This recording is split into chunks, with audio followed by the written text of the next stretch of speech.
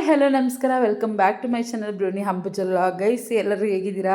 ಚೆನ್ನಾಗಿದ್ದೀರಾ ಅಂತ ಅಂದ್ಕೊಂಡಿದ್ದೀನಿ. ನಾವು ಕೂಡ ತುಂಬ ಚೆನ್ನಾಗಿದ್ದೀವಿ ಗೈಸ್. ಇವತ್ತು ನಮ್ಮ ಮನೇಲಿ ಚಪಾತಿನ ಮಾಡ್ತಾಯಿದ್ದೀವಿ. ಬ್ರೇಕ್ಫಾಸ್ಟ್ಗೆ ಚಪಾತಿ ಬೀಟ್ರೂಟ್ ಪಲ್ಯನ ಮಾಡ್ತಾಯಿದ್ದೀನಿ. ನೀವೇನು ಮಾಡ್ತಿದ್ದೀರಾ ಅಂತ ಹೇಳಿ ಕಮೆಂಟ್ ಮಾಡಿ. ಬೆಳಗ್ಗೆ ಎದ್ದ ತಕ್ಷಣ ಪ್ರತಿಯೊಂದು ಹೆಣ್ಮಕ್ಳಿಗೆ ಬರೋವಂಥ ಕ್ವೆಶನ್ಸೇ ಬ್ರೇಕ್ಫಾಸ್ಟ್ ಏನು ಮಾಡೋದು ಅಂತ ಹೇಳಿ. ನನಗೂ ಕೂಡ ಪ್ರತಿದಿನ ಅದೇ ಕ್ವೆಶನ್ ಬರುತ್ತೆ, ಏನು ಮಾಡೋದು ಅಂತ ಹೇಳಿ. ಯಾಕಂದರೆ ಹಸ್ಬೆಂಡ್ಗೆ ಒಂದು ಇಷ್ಟ ಆಗೋಲ್ಲ, ಹಾಗೆ ಮಕ್ಕಳಿಗೆ ಒಂದು ಇಷ್ಟ ಆಗೋಲ್ಲ. ಆಗ ನಾವು ಅಡ್ಜಸ್ಟ್ ಮಾಡಿ ಅವರಿಬ್ರಿಗೂ ಇಷ್ಟ ಆಗೋವಂಥದ್ದನ್ನು ಮ್ಯಾನೇಜ್ ಮಾಡಿ ಮಾಡಬೇಕು. ಹಾಗೆ ಬ್ರೇಕ್ಫಾಸ್ಟು ಸಾಂಬಾರು ಏನಿಲ್ಲ, ಏನೇನೋ ಮಾಡಿಬಿಟ್ರು ಅಡ್ಜಸ್ಟ್ ಆಗುತ್ತೆ. ಅಂದರೆ ಎಲ್ರಿಗೂ ಓಕೆ ಆಗುತ್ತೆ ಸಾಂಬಾರು, ಬಟ್ ಬ್ರೇಕ್ಫಾಸ್ಟ್ ಆಗೋಲ್ಲ. ತಿಂಡಿ ಕೇಳಿಕೊಂಡೇ ಮಾಡಬೇಕು. ಅದು ಸ್ವಲ್ಪ ಹಿಂಸೆ ಅನಿಸುತ್ತೆ. ಅದಲ್ಲದೆ ನಾವು ಥಿಂಕ್ ಮಾಡಿ ಮಾಡಬೇಕು, ಇದನ್ನು ಮಾಡಿದ್ರೆ ಇದಾಗುತ್ತೆ, ಇಷ್ಟ ಆಗಲ್ಲ ಅಂತ ಹೇಳಿ. ಸೊ ನನಗೆ ಚಪಾತಿ ಮತ್ತು ಬೀಟ್ರೂಟ್ ಪಲ್ಯ ಮಾಡ್ತಿದ್ದೀನಿ. ಇವತ್ತು ಮಾರ್ನಿಂಗ್ ತಿಂಡಿಗೆ ನೀವೇನು ಮಾಡ್ತಿದ್ದೀರಾ ಅಂತ ಹೇಳಿ ಕಮೆಂಟ್ ಮಾಡಿ. ಅದಲ್ಲದೆ ವರ್ಕಿಂಗ್ ವುಮೆನ್ಸ್ಗೆ ತುಂಬ ಕಷ್ಟ ಆಗುತ್ತೆ ನನ್ನ ಪ್ರಕಾರ. ಅಂದರೆ ಮಕ್ಕಳಿರ್ತಾರೆ, ಮಕ್ಕಳನ್ನ ಕಾಲೇಜಿಗೆ ಕಳಿಸ್ಬೇಕು ಅಥವಾ ಹಸ್ಬೆಂಡ್ನ ವರ್ಕ್ ಕಳಿಸ್ಬೇಕು, ಅವರು ಕೂಡ ಮಾಡ್ಕೊಂಡು ಹೋಗ್ಬೇಕು. ಸೀರಿಯಸ್ಲಿ ಹಿಂಸೆ ಅಂತ ಅನಿಸುತ್ತೆ. ಯಾವ ಥರ ಮ್ಯಾನೇಜ್ ಮಾಡ್ತಿರೋ ಗೊತ್ತಿಲ್ಲ. ಸೀರಿಯಸ್ಲಿ ತುಂಬ ಕಷ್ಟ ಅನಿಸುತ್ತೆ. ನಾವು ಬಿಸ್ನೆಸ್ಸಲ್ಲಿರೋದ್ರಿಂದ, ನಮ್ಮದೇ ಓನ್ ಬಿಸ್ನೆಸ್ ಆಗಿರೋದ್ರಿಂದ ನಾವು ಹೋಗೋದು ಇದೇ ಟೈಮಿಂಗ್ಸ್ ಅಂತ ಏನಿಲ್ಲ, ನೋಡ್ಕೊಳ್ಳೋರು ಇರ್ತಾರೆ. ಅದಲ್ಲದೆ ನನಗೂ ಶಾಪಿಗೆ ಹೋಗದೆ ಇರೋಕ್ಕಾಗಲ್ಲ, ಹಾಗಾಗಿ ನಾನು ಹೋಗಲೇಬೇಕು. ಹಾಗೆ ನನ್ನದೇ ಆದ ಕೆಲಸಗಳು ಅಲ್ಲಿರುತ್ತೆ.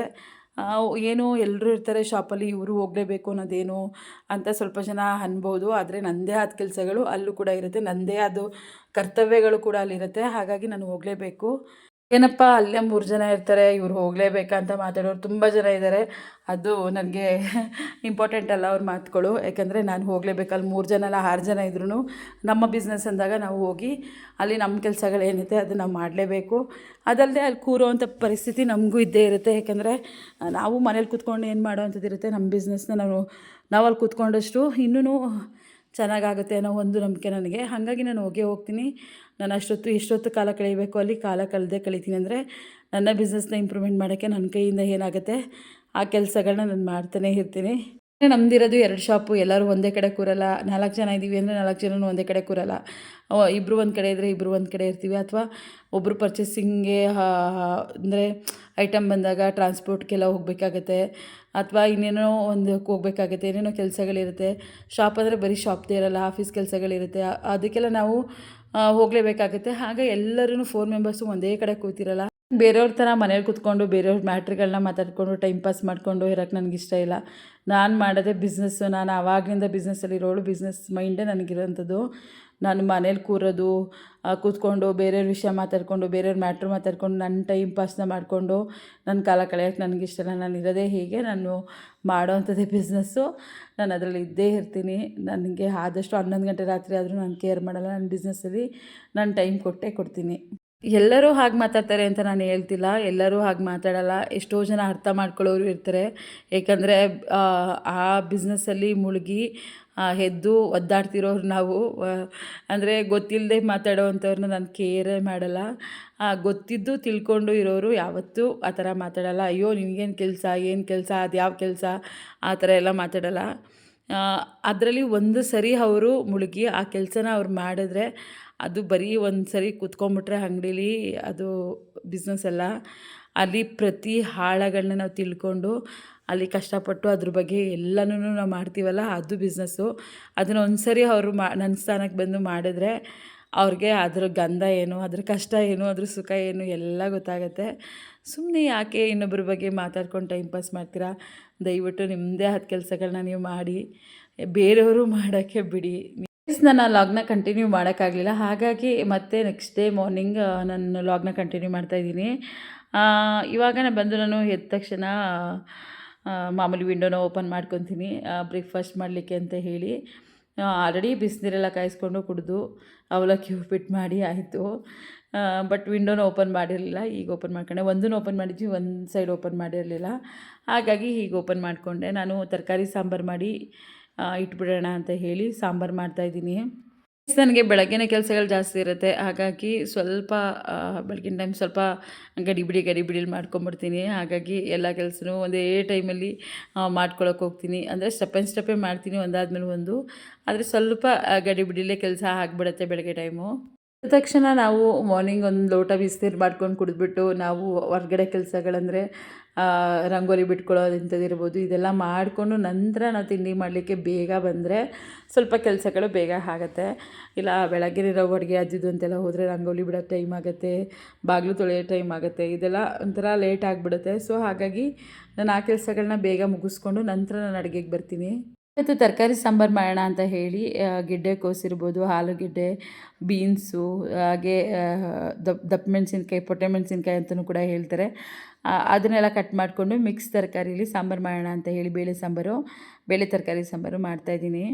ನಾನು ನಿಮಗೆ ಡೈಲಿ ಲಾಗ್ನ ಕೊಡಬೇಕು ಅಂದ್ಕೊಂಡು ಆಲ್ಮೋಸ್ಟ್ ಕೊಡ್ತಾಯಿದ್ದೀನಿ. ಅಂದರೆ ಒಂದೊಂದು ದಿನ ಮಿಸ್ ಆಗಿಬಿಡುತ್ತೆ, ಮಧ್ಯದಲ್ಲಷ್ಟೇ ಕೊಡ್ತಾಯಿದ್ದೀನಿ. ದಯವಿಟ್ಟು ಮಿಸ್ ಮಾಡ್ಕೊಳ್ದೆ ನೋಡಿ, ನಮ್ಮಂಥವ್ರನ್ನ ಸಪೋರ್ಟ್ ಮಾಡಿ. ಒಂದು ಸಪೋರ್ಟು ನಮಗೆ ತುಂಬ ಮುಖ್ಯ ಆಗಿರುತ್ತೆ. ಯಾಕೆಂದರೆ ನಾವು ಎಲ್ಲ ಕೆಲಸಗಳ ಮಧ್ಯದಲ್ಲಿ ಇದನ್ನೂ ಒಂದು ಕೆಲಸ ಅಂತ ಹೇಳಿ ಇಟ್ಕೊಂಡು ಮಾಡ್ತಾಯಿರ್ತೀವಿ. ನಿಮ್ಮಂಥವ್ರ ಸಪೋರ್ಟು ನಮಗಿದ್ರೆ ತುಂಬ ಹೆಲ್ಪ್ ಆಗುತ್ತೆ ಅಂತಲೇ ಹೇಳ್ತೀನಿ.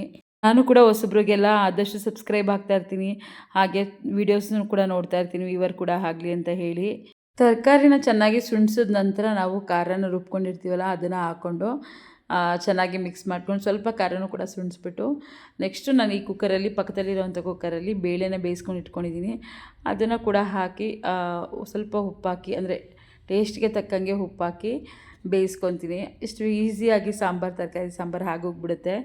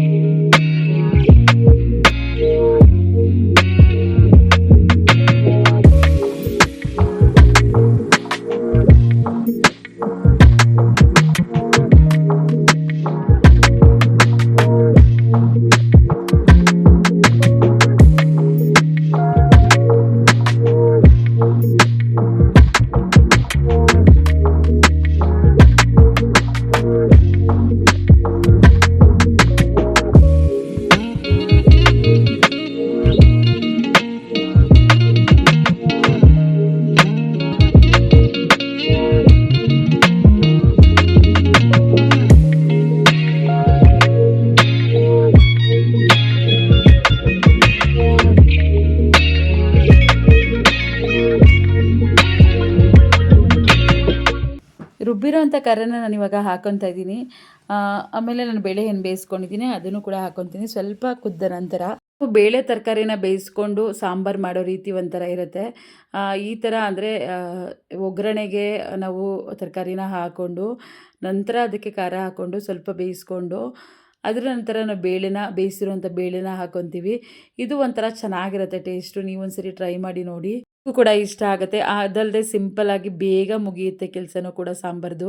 ಲಂಚ್ ಬಾಕ್ಸ್ಗೆ ಊಟದ ಜೊತೆಗೆ ಸೌತೆಕಾಯಿ ಹಾಗೆ ಕ್ಯಾರೆಟ್ನು ಕೂಡ ಕಟ್ ಮಾಡಿ ಕೊಡ್ತೀನಿ. ಒಂದೊಂದು ಸರಿ ಬೇರೆ ಏನಾದರೂ ಇದ್ದರೆ, ಫ್ರೂಟ್ಸ್ ಎಲ್ಲ ಇದ್ದರೆ ಕೊಡ್ತೀನಿ. ಒಂದೊಂದು ಸರಿ ಈ ಥರ ಮಾಡಿಕೊಡ್ತೀನಿ. ಇವಾಗ ಖಾರ ಕುದೀತಾ ಇದೆ. ಇವಾಗ ನಾವು ಬೇಳೆನ ಬೇಯಿಸ್ಕೊಂಡಿದ್ದೀವಲ್ಲ, ಈ ಥರ ಬೇಳೆನ ನಾನು ಬೇಯಿಸ್ಕೊಂಡಿದ್ದೀನಿ ಕುಕ್ಕರಲ್ಲಿ, ಅದನ್ನು ಅಲ್ಲಿಗೆ ಹಾಕ್ತೀನಿ. ಖಾರ ಜೊತೆಗೆ ತುಂಬ ಚೆನ್ನಾಗಿ ಟೇಸ್ಟಾಗಿ ಆಗುತ್ತೆ. ಬೇಳೆ ತುಂಬ ಚೆನ್ನಾಗಿ ಬೇಯಿಸ್ಕೊಬೇಕು ನಾವು, ಸಾಫ್ಟ್ ಆಗೋ ಥರ. ನೀವು ಹೀಗೆ ಮಾಡ್ತಿರೋ ಏನೋ ಗೊತ್ತಿಲ್ಲ, ಯಾವ ಥರ ಮಾಡ್ತೀರಾ ಅಂತ ನನಗೆ ಗೊತ್ತಿಲ್ಲ. ಒಂದ್ಸರಿ ಈ ಥರ ಮಾಡಿ ನೋಡಿ, ತುಂಬ ಚೆನ್ನಾಗಿರುತ್ತೆ ಟೇಸ್ಟು. ಹಾಗೆ ಕುದೀಲಿ ಅಂತ ಹೇಳಿ ಈ ಥರ ಲಿಡ್ ಕ್ಲೋಸ್ ಮಾಡಿ ಇಡ್ತೀನಿ. ತುಂಬ ಚೆನ್ನಾಗಿ ಮಿಕ್ಸ್ ಆಗಿ ಚೆನ್ನಾಗಿ ಬೇಯುತ್ತೆ. ನಂತರ ಅದನ್ನು ಆಫ್ ಮಾಡ್ತೀನಿ. ಆಲ್ರೆಡಿ ರಂಗೋಲಿ ಎಲ್ಲ ಬಿಟ್ಟಿದ್ದೀನಿ ಅಂತ ಹೇಳಿದ್ನಲ್ಲ, ಅದನ್ನೆಲ್ಲ ತೋರಿಸ್ತೀನಿ ಬನ್ನಿ ನಿಮಗೆ. ಯಾವ ಥರ ರಂಗೋಲಿ ಬಿಟ್ಟಿದ್ದೀನಿ, ಪೂಜೆ ಎಲ್ಲ ಆಗಿದೆ. ಇದು ನೋಡಿ, ಪೂಜೆ ಎಲ್ಲ ಆಗಿದೆ. ಈ ಥರ ರಂಗೋಲಿನೂ ಕೂಡ ಬಿಟ್ಕೊಂಡಿದ್ದೀನಿ. ಒಂದು ಹೊರಗಡೆ ಬಾಗಿಲಿಗೆ ಬಿಟ್ಟಿರೋ ಅಂಥದ್ದು ರಂಗೋಲಿ. ಗೈಸ್ ಈ ಥರ ಸಿಂಪಲಾಗಿ ಬಿಟ್ಕೊತೀನಿ. ನಂಗೆ ತುಂಬ ಗ್ರ್ಯಾಂಡಾಗೆಲ್ಲ ರಂಗೋಲಿ ಬಿಡ್ಲಿಕ್ಕೆ ಬರೋಲ್ಲ. ಹಾಗಾಗಿ ಎಳೆಗಳಲ್ಲಿ ನಾನು ಬಿಟ್ಕೊತೀನಿ. ಚಿಕ್ಕ ರಂಗೋಲಿ ಎಲ್ಲ ನಂಗೆ ಅಷ್ಟು ಬರೋಲ್ಲ. ಗೈಸ್ ಎಲ್ಲ ಕೆಲಸ ಮುಗಿದಿದೆ.